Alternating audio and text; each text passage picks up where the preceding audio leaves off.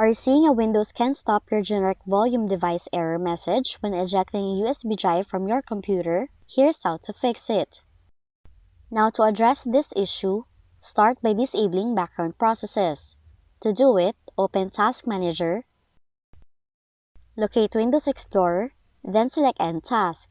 Now your desktop will temporarily disappear, but you can still restore it by going to File menu, select Run New Task, enter the following, select Administrative Privileges, then click OK.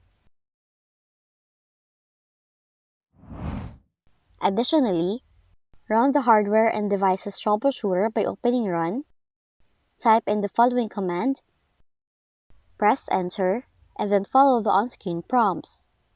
Now, if prompted, select your connected USB storage device and apply the suggested fix if the troubleshooter provides one.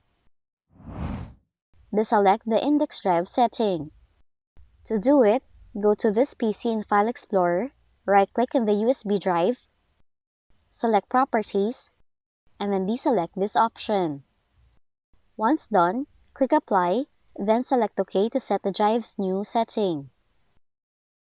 And that's how you can fix the following error in your Windows computer.